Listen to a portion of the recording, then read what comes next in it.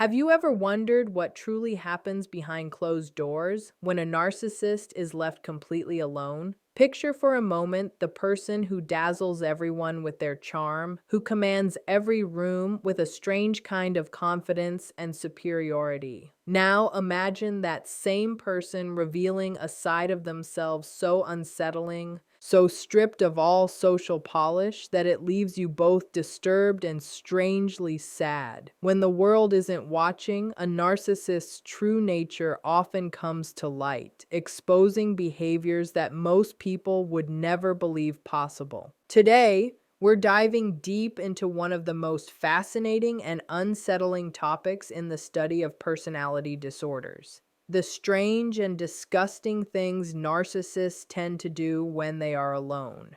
This isn't about judging or mocking anyone. It's about understanding what drives these hidden behaviors, the kind that grow out of years of insecurity, emotional manipulation, and a desperate need to stay in control. What you'll discover might change the way you look at narcissism forever. In this discussion, we're going to explore these patterns in detail, combining what has been learned from clinical psychology, personal observation, and countless real-life stories.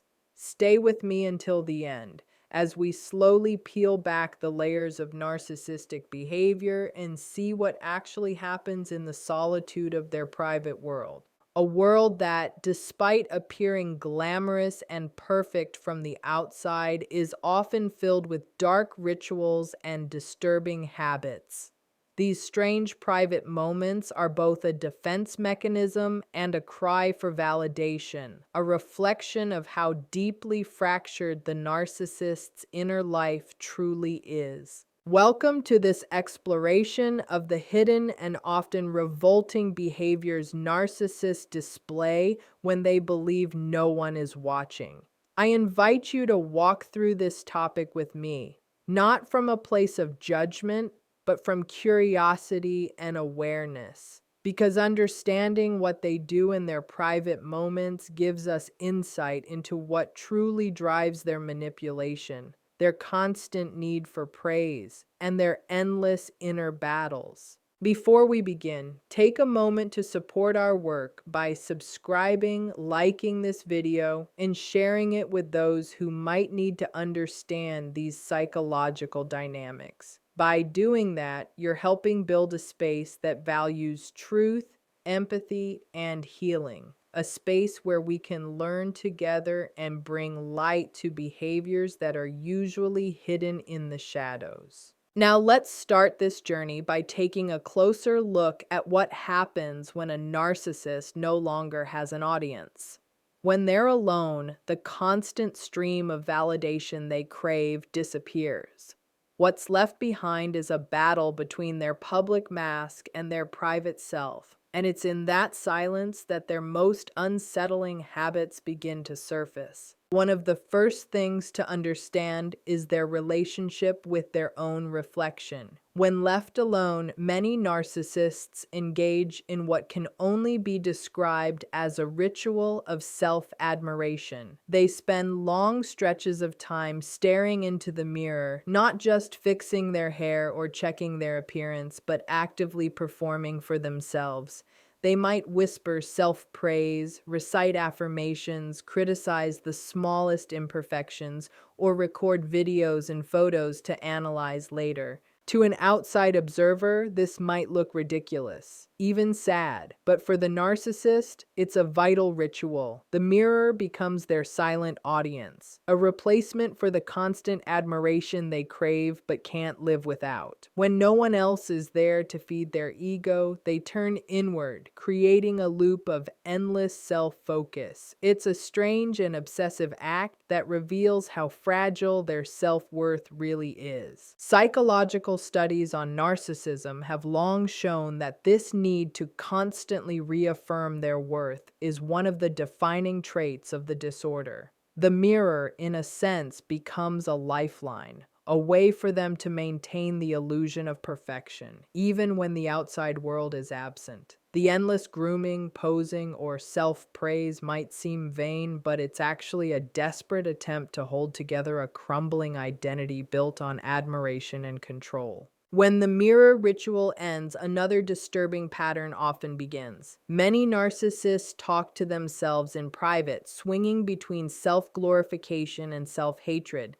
This isn't gentle self-reflection, it's more like a private performance, filled with contradictions. One moment they brag about their brilliance, their power, or their charm. The next, they curse themselves for any small failure, humiliation, or flaw they perceive. Sometimes they even talk about themselves in the third person, as if they're both the hero and the critic in their own twisted story. This kind of inner dialogue might sound strange, but it's incredibly common among narcissists. It exposes the truth they try so hard to hide, that their grand confidence is often just a mask covering deep, painful insecurity. Psychologists describe this as the war between their ideal self, the perfect version they try to project, and their real self, which they secretly hate and fear.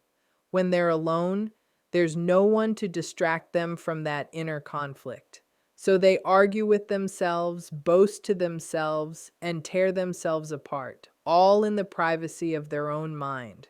It's both tragic and disturbing because it reveals how unstable their inner world truly is. But their private life doesn't stop at mirrors and self-talk. In today's digital world, narcissists often replace real validation with virtual admiration. When alone, many of them spend hours obsessively scrolling through their social media, watching how others respond to their posts and comparing themselves to everyone else. They check old pictures and comments, count the likes and shares, and sometimes even stalk the profiles of those who once admired them or criticized them. This behavior can become addictive, a toxic cycle of hope and disappointment. Every notification gives them a temporary high. Every lack of response feels like rejection. And because their self-worth depends so heavily on external praise, they become trapped in this digital loop of constant checking and emotional chaos. Researchers have found that social media can be especially damaging for people with narcissistic traits because it feeds exactly what they crave: attention, envy, and control, while deepening the emptiness they're trying to escape. So when a narcissist is alone, their phone becomes their new mirror, and the endless scrolling becomes a form of silent self-torture. Another dark and deeply unsettling behavior narcissists engage in when left alone is fantasizing about revenge. They replay moments when someone embarrassed or rejected them and imagine ways to regain control. These revenge fantasies can become extremely detailed. They might picture confrontations, victories, or even the suffering of the people they blame for their pain. Sometimes they write these fantasies down or record angry voice memos that no one will ever hear. These private acts of rage give them a sense of power when they feel powerless. It's their way of rewriting the story in their favor, even if it's only in their imagination. Psychological research shows that narcissists are highly sensitive to rejection and criticism, and their anger doesn't fade easily. When they're alone without anyone to impress, that suppressed anger turns inward and festers, creating dangerous and obsessive thoughts. These fantasies may never become actions, but they reveal how much resentment and hostility lies beneath the surface of their charming mask. What makes these fantasies so frightening is how detached from reality they can be. The narcissist doesn't see the situation as others would. Instead, they rewrite it in their mind until they become the hero and the victim all at once.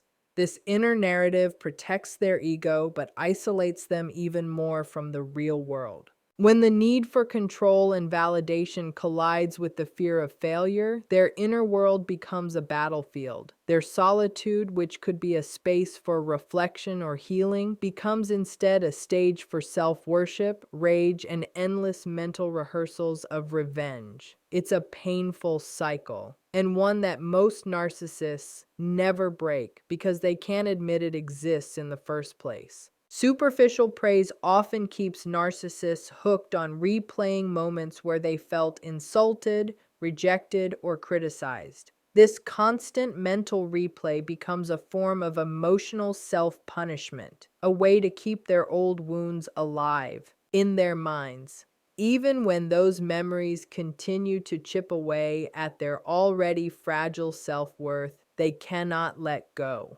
They might spend long hours scrolling through old messages, re-watching past recordings, or writing down every perceived injustice in obsessive detail. This fixation on past pain isn't just quiet reflection. It's an active, ongoing cycle that feeds their anger and strengthens their bitterness.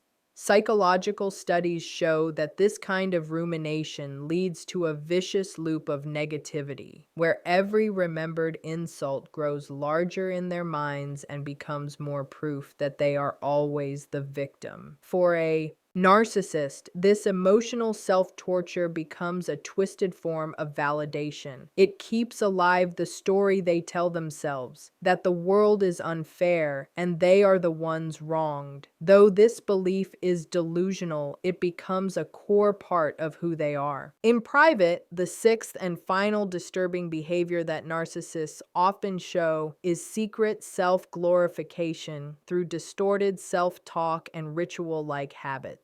When they are alone, away from the eyes of others, narcissists often perform little routines meant to boost their fragile ego.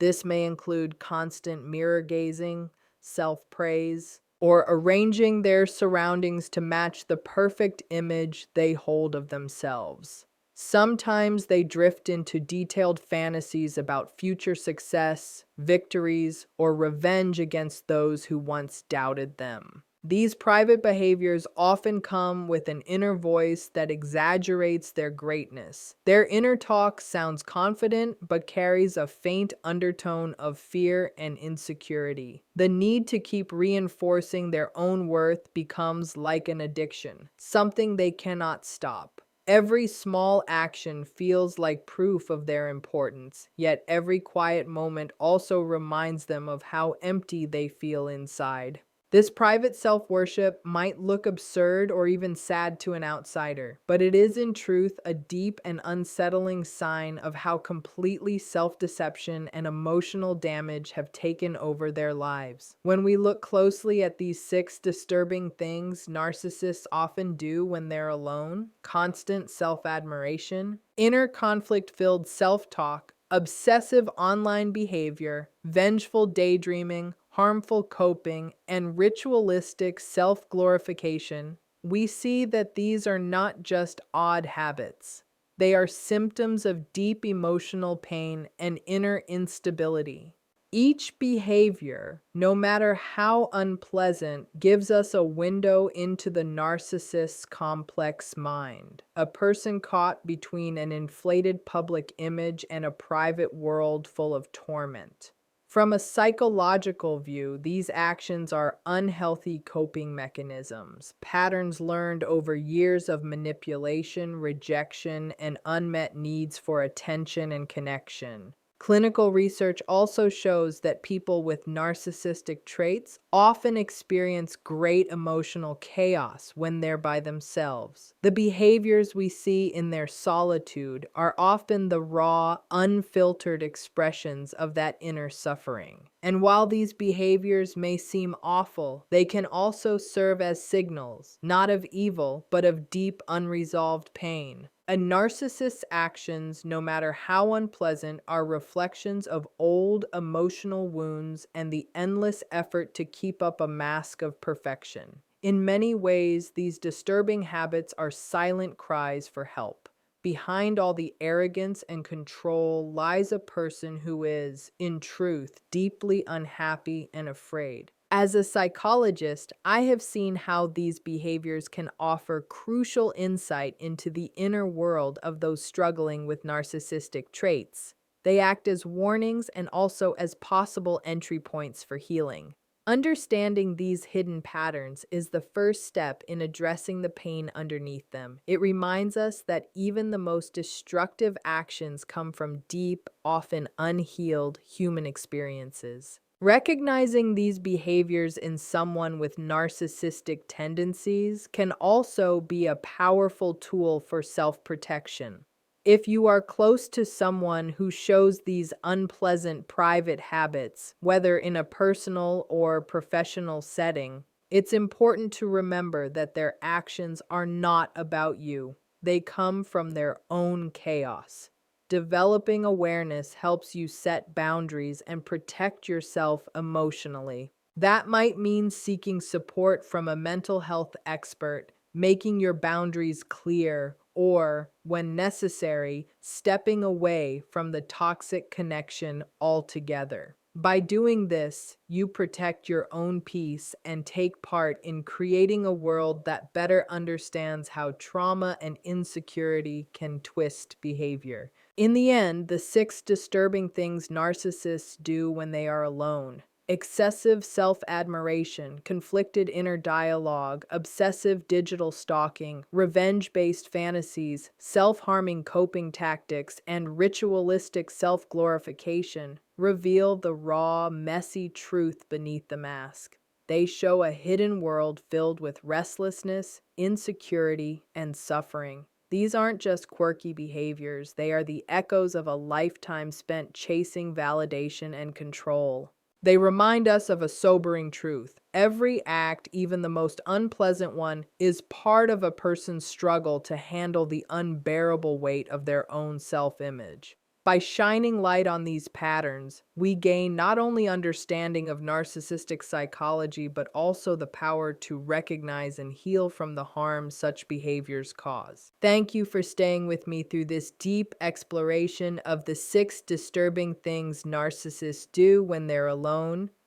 Your time and attention mean a lot. If this discussion has helped you understand these hidden behaviors, please subscribe, like, and share this video with others who might benefit from it. Your support helps us grow a community built on empathy, self-awareness, and healing. I invite you to share your thoughts and personal experiences in the comments so we can keep this conversation alive. Together, we can continue to understand the link between trauma, self-image, and the secret rituals of those who hide behind the mask of superiority. Thank you once again for being here. I look forward to seeing you in future talks as we explore more topics that encourage recovery, emotional strength, and lasting inner peace.